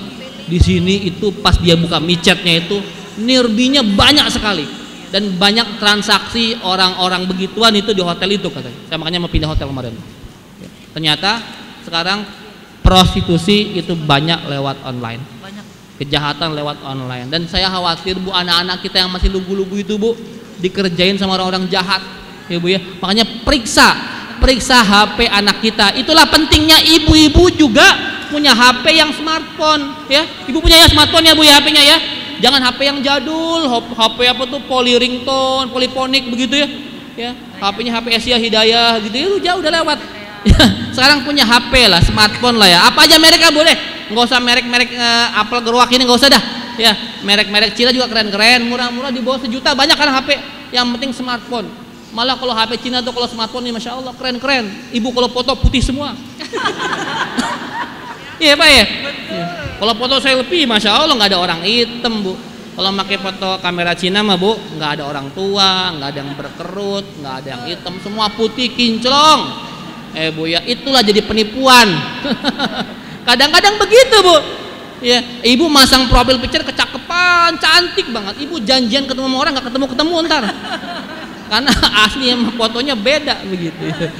Gitu ya, hati-hati ya, dirawat. Pas ibu pasang di DP, Jeng, Masya Allah ya sekarang di profil picture kamu kulitnya bersinar sekali gitu ya. Apa sih skincare-nya? Pakai Oppo skincare. Tahu nggak Oppo skincare? Oppo skincare, Vivo skincare, Huawei skincare, Xiaomi skincare gitu ya. Karena dia pakai filternya terlalu berlebihan gitu ya. Oke ibu-ibu ya, punya anak soleh. Doanya apa Bu? Yang paling gampang kita doakan habis sholat, Rabbi habli minas solihin. Itu doa Nabi Ibrahim, Rabbi habli minas solihin. Ada lagi Al-Furqan, Rabbana hablana min azwadina wa dhurriyyatina qurrata a'yun waj'alna lil muttaqina imama. Pengen dibuat pasangan kita, anak-anak kita tuh qurrata a'yun, sedap dipandang mata. Enggak harus cantik, enggak harus ganteng, yang penting sedap dipandang mata. Karena kalau cantik itu kan relatif, kalau jelek absolut biasanya. Ya, yang penting dia qurrata a'yun gitu ya. Wa ja'alnal muttaqina imama. Semoga dijadikan sebagai pemimpin orang-orang yang bertakwa. Yang keempat, kunci bahagia keempat adalah al-bi'atus sholihah.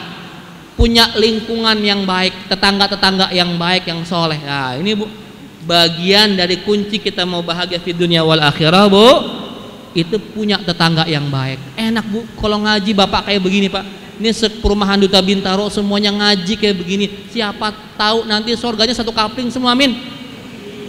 Satu perumahan Duta Bintaro jamaah MBH semua masuk surga, amin. Tinggalnya deketan lagi, oh kan enak. Ibu, kan dulu kita bareng-bareng ngaji di MBH, begitu kan enak, udah akrab gitu ya. Makanya kalau niat surga itu bareng-bareng Pak. Jangan ya Allah masukkan aku sekeluargaku saja ke surga. biar kalian semua ke neraka. Jangan begitu. Doanya pengen bareng-bareng ke surga biar asik gitu kan ya. Ada teman dulu mancing, ketemu lagi di surga. Ustadz, di surga bisa mancing? Nggak bisa. Ya bisa, semua apapun yang diinginkan itu ada. Enak kan di surga itu ya. Ya. Jadi pengen ke surganya bareng-bareng, makanya dibutuhkan lingkungan yang akur. Ukhuwah Islamiyah, jangan pada berantem. Ini mah kadang-kadang Pak, nama doang masjid, tapi jamaahnya ada yang berantem tuh banyak Pak. Banyak sekali. Kemarin saya dari Kalimantan, serius nih, real story. Gak usah sebutin kotanya, gak enak dah ya. Ada masjid satu, segede gini lah kira-kira masjid, lebih gede lagi lah. Cerita Ustadz, di sini jamaahnya kurang akur Ustadz, nggak ada yang mau ngalah. Masalah apa? Furu'iyah ya? Iya Ustadz, biasa lah gitulah. Ada yang mau kunut, yang enggak, segala macam Pak. Begitu Pak. Masalah-masalah ada yang mau maulid segala macam. Akhirnya karena nggak bisa akur, dia keluar dari masjid buat DKM baru Pak. DKM Perjuangan.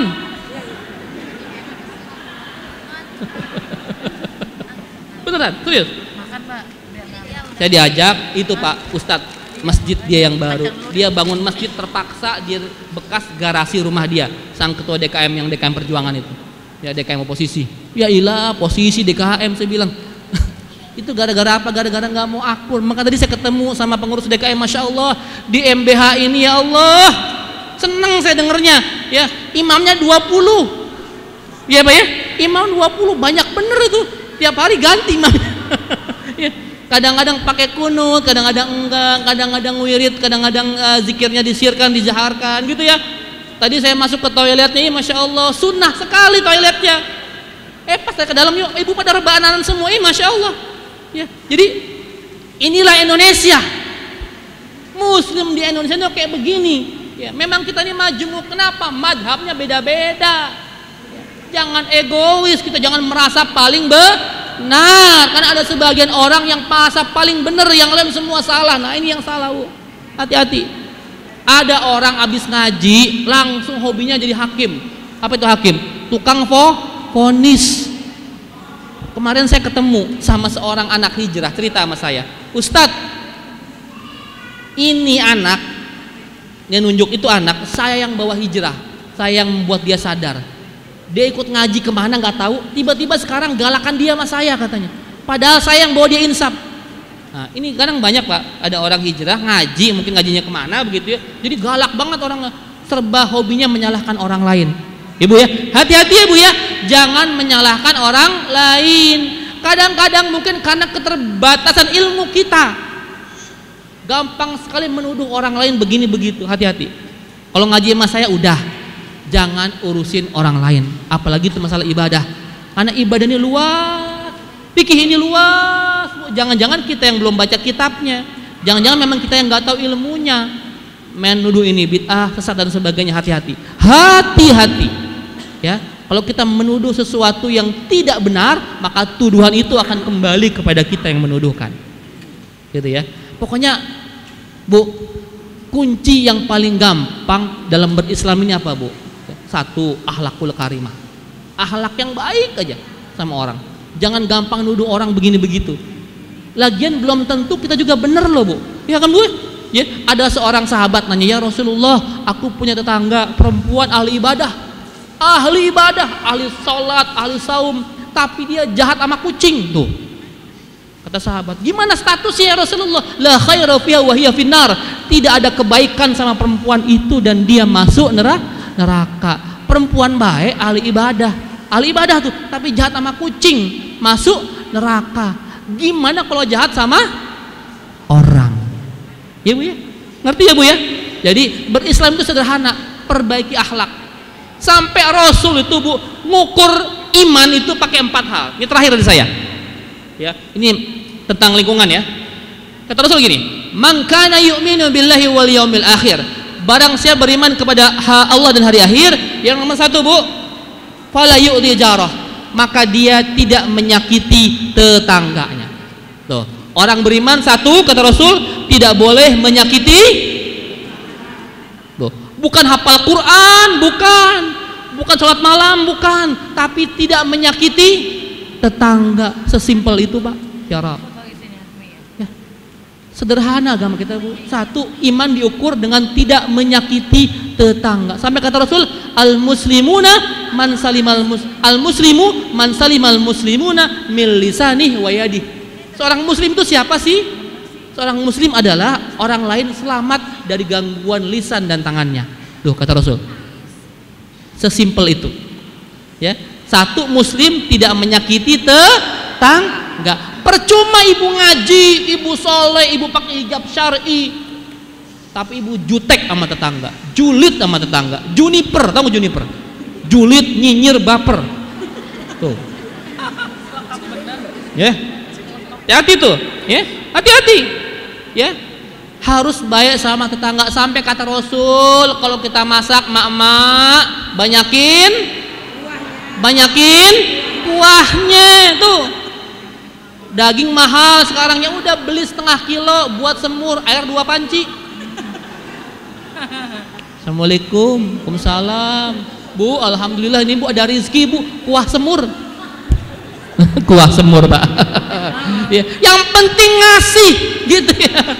Yang penting ngasih. Artinya apa? Islam ini agama sosial. Hablum minan nas. Ya, jangan sampai tetangga kita terzolimi oleh kita. Kemarin sebelum diungkap yang di Kalideres Pak ya, ada sekeluarga meninggal dunia, itu kan sebelumnya kita seuzon dulu tuh, ya Allah, di Indonesia ada orang mati kelaparan di Kalideres, ya perumahan bagus, padahal itu kalau benar terjadi memang karena ketidakpedulian tetangganya, maka dosa semua tetangganya itu. Kalau memang benar itu karena tetangganya cuek. Ya, sampai kata Rasul gini, laisal mu'minun alladhi yasba'u wa jaruhu ja'un ila dzambih. Tidak beriman seseorang kalau membiarkan ada tetangganya kelaparan sampai ke lambungnya. Tuh, ibu sholat, ibu ngaji, tapi tetangga miskin di samping rumah kelaparan, gak dikasih makan, ibu tahu dan ibu cuek-cuek aja, ibu masuk golongan tidak beriman. Ya, Islam ini bukan cuma sholat, ngaji, bukan Bu. Kita ini agama sosial, ada orang butuh kasih, ya. Wala yu'dhi jarah, tidak menyakiti tetangga. Yang kedua, man kana yu'minu billahi wal yaumil akhir falyukrim dhaifahu. Kata Rasul, barang siapa beriman kepada Allah dan hari akhir, maka dia muliakan tamunya. Oh, kan? Lingkungan lagi nih, urusan lingkungan lagi nih. Tadi tidak menyakiti tetangga, yang kedua memuliakan tamu. Tuh, Bu. Ibu kalau tamu gimana, Bu? Datang, Assalamualaikum, wah dia lagi datang, jangan-jangan mau minjem nih, ya, suka suudzon kita sama tamu. Hati-hati ya, jangan suudzon sama tamu. Tamu dimuliakan Bu, itu ciri iman seseorang, memuliakan tamu. Tadi saya datang ke sini, wah disambut, dikasih minum, bismillah, kasih buah, kasih kue, belum sempat dimakan si kuenya gitu ya. Itu memuliakan tamu namanya, memuliakan tamu ya Bu ya. Orang itu diukur imannya dari cara dia memuliakan tamu. Makanya ibu besok kalau mau ngetes iman temennya gampang tuh Bu, datang aja ke rumahnya, lihat apa yang dia suguhin, gitu. Kalau suguhannya air putih ya udah, berarti imannya selevel air putih. Kalau suguhannya dia ada buah, ada es campur, es teler, warung nasi padang segala macam, berarti dia restoran rumahnya. Iya gitu ya Bu ya, memuliakan tamu, intinya memuliakan tamu. Sampai Bu, Masya Allah nih Bu, saking ini mulia sekali nih Bu memuliakan tamu. Suatu ketika Rasulullah itu ada seorang musafir dari jauh gitu Bu, datang capek kayak lapar begitu, datang sampai ke majelis Rasulullah. Ya Rasulullah, aku sudah musafir beberapa hari belum makan, capek lapar. Kata Rasulullah, sebentar, tolong hubungi rumah istri-istriku, ada nggak makanan di rumahnya. Keliling, satupun di rumah istri Rasulullah tidak ada yang punya sisa makanan. Insya Allah ya. Rasulullah sedih gitu. Ya sudah, kalau begitu sahabat-sahabatku, siapa di antara kalian yang mau menjamu tamuku hari ini, berebut ngacung Pak. Wah, yang ngacung duluan orang yang paling miskin di antara mereka. Semua kan bengong, deh, ente mau ngasih makan apa? Kok ngacung duluan? Karena Rasul melihat, ya sudah, Fulan, antum silahkan bawa tamuku ini. Dibawa tuh tamu sama sahabat yang miskin tadi. Dia juga nggak tahu di rumah ada makan apa nggak punya, gue bawa aja dah. Itu mah urusan belakangan. Dia saking pengen memuliakan tamu, Bu. Saking pengen memuliakan tamu, sampai ke rumah, "Fulan, tunggu di sini, aku mau ketemu istriku dulu." "Istriku, kita punya apa di rumah sekarang?" "Ada makanan, tapi tinggal 1 porsi. Itu buat anak kita, udah rewel dari tadi nggak bisa tidur gara-gara dia perutnya lapar." "Ya sudah kalau begitu, ini makanan buat tamunya Rasulullah. Anak kita tidurin dah gimana caranya pokoknya. Dibius-bius lah pokoknya gitu ya. Yang penting tidur gitu ya." Ya itu mak-mak malah mau apa, yang penting tidur anak. Anaknya tidur juga, alhamdulillah. Masuklah tamu itu, berkumpul di meja makan, disiapkan 3 piring. Tapi cuma 1 porsi masalahnya. Gimana caranya? Mungkin nggak 1 porsi cuma buat tamu, yang 2 nggak makan? Kan pasti nggak enak ya Pak ya. Nggak mungkin ada tamu dia makan, tuan rumahnya nggak makan, kan pasti nggak enak. Nah, sang suami ini nggak kehabisan akal dia. Dia pura-pura naik berdiri, dia benerin lampu tempel gitu, Bu. Dibenerin, pura-pura dia jatuh, biar gelap semuanya. Ya mati listrik, gitu ya. Ya mati lampu nih. Terciptalah sebuah lagu gitu ya, mati lampu gitu ya. Ya, mati lampu. Ya sudahlah, kita makan gelap-gelapan aja ya, udah nggak apa-apa. Akhirnya dihidangkan 1 porsi buat tamunya, sang suami dan istrinya piring doang. Tapi supaya tidak mencurigakan, maka sang suami dan istri pura-pura ngunyah. Wah, sambil ngobrol pura-pura ngunyah, kan gelap tuh nggak kelihatan ya. Sampai tamunya kenyang, alhamdulillah. Sang suami dan istri pun kenyang, makan angin. Ya udah, alhamdulillah, pulang tamunya. Masya Allah, Jibril langsung datang ke Rasulullah SAW. "Ya Rasulullah, tadi malam Allah tersenyum gara-gara melihat kelakuan umatmu tuh. Saking pengen memuliakan tamu sampai bohong kayak begitu." Masya Allah, Allah tersenyum tuh gara-gara ulahnya umatnya Muhammad SAW ingin memuliakan tamu. Tuh Bu, memuliakan tamu itu ciri iman. Gitu ya. Jangan kita kadang ada tamu ya dia lagi nih meminjam beras nih paling ini, meminjam duit nih. Jangan, tamu datang bawa berkah, bawa rezeki. Ya kalau kita mau tamu datang bawa masalah mulu begitu ya. Jadi ya Bu ya, memuliakan tamu. Yang ketiga, man kana yu'minu billahi wal yawmil akhir, barang saya beriman kepada Allah dan hari akhir, maka falyasil rahimahu, maka dia sambung silaturahim Bu. Jangan putus silaturahim, jangan putus. Apapun manhajnya, apapun madhabnya, siapapun ustadznya, siapapun gurunya, entah 2024, apapun parpolnya, siapapun capresnya, jangan berantem. Tuh 2019 jadikan patokan kita tuh, pelajaran tuh.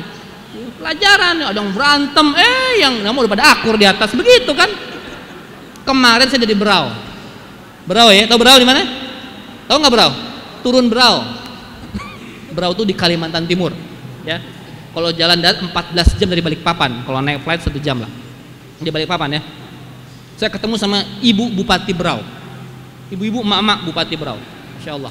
Cerita tuh sama teman-temannya, "Ustadz, di Berau ini kalau pas pilkada itu luar biasa," katanya.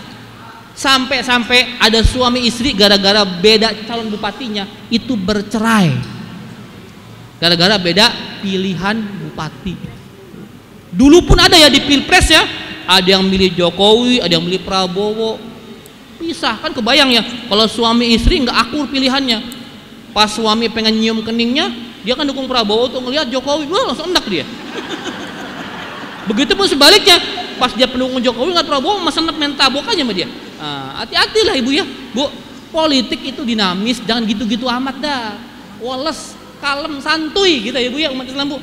Politik mah begitu Bu, yang dulunya berantem ntar makan nasi goreng bareng dia akur lagi Bu ya. Yang dibawa masih ustadz segala macam. Saya ingat banget Bu, 2019 tuh Bu, saya kan suka ngisi tuh mak-mak pepes tuh, sebagian di BSD Bintar juga ada tuh. Berjuang ustadz demi ulama, demi, ya oke dah saya bilang. Pas kalah ustadz, iya kagak apa-apa. Emang kenapa? Kalau kita menyerukan pilihan ulama itu kan tugas ya kita sebagai umat, karena ibadah itu insya Allah ya kalau kalah ya memang belum waktunya untuk menang gitu aja. Makanya sekarang santai ya. 2024 jadikan pelajaran, jangan terlalu euforia, jangan terlalu lebay, berlebihan dalam berpolitik. Santai aja ya, kita ngaji aja, yang penting jangan berantem ya. Yang mau pilih nomor 1 kayak nomor 2 kayak nomor 3 mas siapa aja biarin dah ya. Yang penting pilih pemimpin tuh satu, apa kata Rasulullah SAW, kata ulama ya, tugas pemimpin 2 cuman Bu, harus satu din, menjaga agama. Yang kedua satu dunia bidin, dia ngurus dunia dengan agama. Satu menjaga agama, kedua ngurus dunia pakai syariah. Ntar pilih yang kira-kira siapa yang kayak begitu, saya nggak tahu siapa orangnya gitu ya. Yang nomor 3 jalin silaturahim. Yang terakhir kata Rasul, man kana yu'minu billahi wal yaumil akhir, barang siapa beriman kepada Allah dan hari akhir, falyaqul khairan, maka dia hanya berkata-kata yang baik saja. Aul yasmut, kalau nggak bisa ngomong baik dia diam. Mama, karena Anda semua adalah paling banyak ngomongnya, tolong ngomong hanya yang baik-baik saja. Jangan sampai lisan Anda banyak menyebabkan perempuan masuk ke dalam neraka jahanam. Naudzubillahi min dzalik. Ngomong banyak boleh, tapi ngomong yang baik-baik. Jangan sekata-kata. Ya, apalagi sama anak-anak kita. Hati-hati ibu-ibu. Kalau anak kita bandel, ngomong yang baik-baik. Ibu pernah marah nggak sama anakku? Pernah nggak? Boleh nggak marah? Oh boleh. Yang nggak boleh tuh marah dengan kata-kata yang kasar. Anak kita bandel, oh dasar anak tuyul, jangan. Emaknya tuyul dong gitu. Jangan. Tetap berkata-kata yang baik. Ini pernah dicontohkan sama ibunya Syekh Sudais. Masya Allah ya. Saya menyebutnya dengan anger management, apa tuh? Manajemen kemarahan. Marah boleh, tapi marahnya pakai doa. Gitu ya. Marahnya pakai doa. Ceritanya Sudais kecil tuh Bu, jangan dianggap udah alim Bu, belum, sama bocah bader juga, anak nakal juga sama ya. Nakal banget. Suatu ketika nakalnya udah mencapai puncaknya. Ceritanya ibunya Syekh Sudais sedang menggelar makanan Bu, buat persiapan menjamu tamu. Kalau di Arab kan digelar tuh Bu ya, di bawah kita lihat ini Bu ya, panjang gitu ya, mau menyambut tamu tuh. Sudais kecil Bu itu lari-larian di atas hidangan makanan, sampai berantakan semua. Padahal udah capek-capek disiapin sama emaknya. Marah nggak ibu-ibu? Ibu-ibu marah nggak kalau begitu? Ya marah lah. Ibunya Sudais juga marah, tapi ibundanya solehah. Langsung marah. Hei Sudais, keluar tanduk. Pokoknya marah lah, kayak mama marah gitu. Dasar kamu ini, sama. Dasar kamu ini calon imam Masjidil Haram. Begitu Bu. Kejadian. Karena doanya sepenuh hati, lagi marah, lagi emosi, segenap hati gitu udah ditumpahkan, tapi yang keluar kata-katanya doa. Kejadian Bu. Sekarang jadi imam Masjidil Haram beliau. Ibu besok kalau anak-anak nakal begitu. Dasar kamu ini nak, calon presiden 2024 gitu. Jadi deh. Ya pokoknya begitu dah ya. Ibu boleh marah, tapi arahkan marahnya menjadi doa. Semoga anak-anak kita menjadi anak yang saleh dan saleh. Amin ya robbal alamin. Jam 11. Udah lama juga saya ngomong ya. Terima kasih atas atensinya. Langsung doa ya. Oke. Baik. Terima kasih atas perhatiannya, luar biasa atensinya pada siang hari ini. Semoga kita bisa berjumpa di lain kesempatan. Saya doakan semoga Bapak Ibu semua mendapatkan keberkahan, rezeki yang luas, yang halal, anak-anak yang soleh dan solehah, pasangan yang soleh dan solehah, dan kelak nanti husnul khatimah dan berkumpul lagi di jannah. Amin ya rabbal alamin. Al-Fatihah.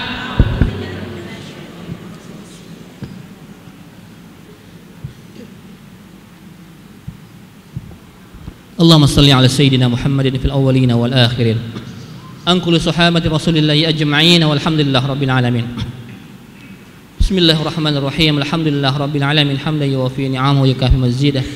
Ya Rabbana lakal hamdu kama yanbaghi li jalali wajhikal karim wa 'azimi sultanik. Rabbana ighfir lana wa li walidayna warhamhuma kama rabbayana shaghira. Allahumma iftah lana abwabal khair wa abwabal barakah wa abwaban ni'mah wa abwabal rizqi wa abwabal quwwati wa abwabas sihhati wa abwabas salamati wa abwabal afiyati wa abwabal jannah.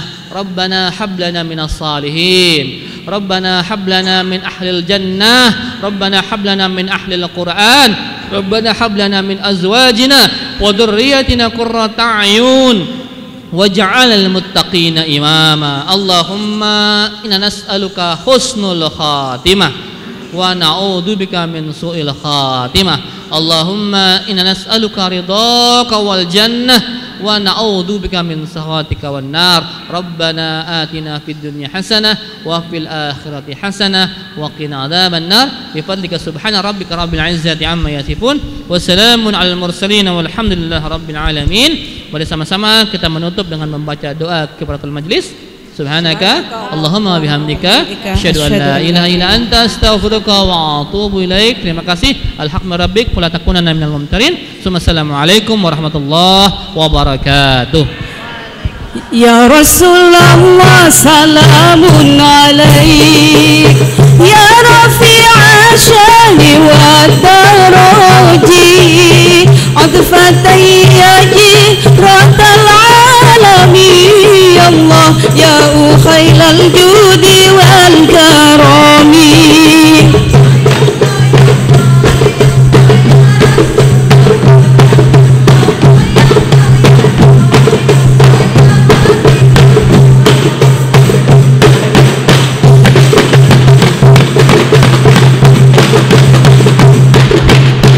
Nahnu jiranum bidzal harami haramil ihsani wal hasani. Nahnu min qaumin bihi sakanu ya Allah wa bihi min khawfihim aminu.